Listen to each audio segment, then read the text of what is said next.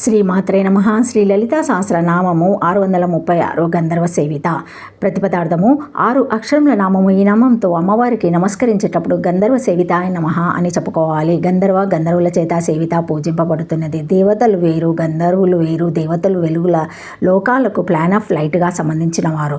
గంధర్వులు నాదలోకానికి సంబంధించిన వారు, ప్లాన్ ఆఫ్ సౌండ్. అందుకే గంధర్వులు మంచి గాయకులు, మంచి సంగీతం వీరి సొత్తు.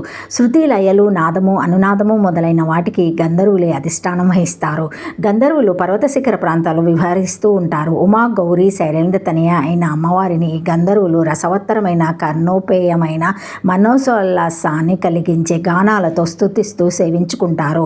ఉమా, శైలేంద్ర తనయ, గౌరీ, గంధర్వ సేవిత అనే నామాలు విడివిడిగాను చెప్పుకోవచ్చును, లేదా కలిపి చెప్పుకున్న అర్థం మారదు. గంధర్వుల చేత సేవింపబడుతున్నదని ఈ నామానికి అర్థం చెప్పుకొనవలెను. శ్రీమాత్రే నమః. శ్రీమాత్రే నమః. Thank you for watching my video. Please like, share, comment, subscribe to my channel. మరిన్ని వీడియోస్తో మళ్ళీ కలుస్తాను. శ్రీమాత్రే నమః. Thank you.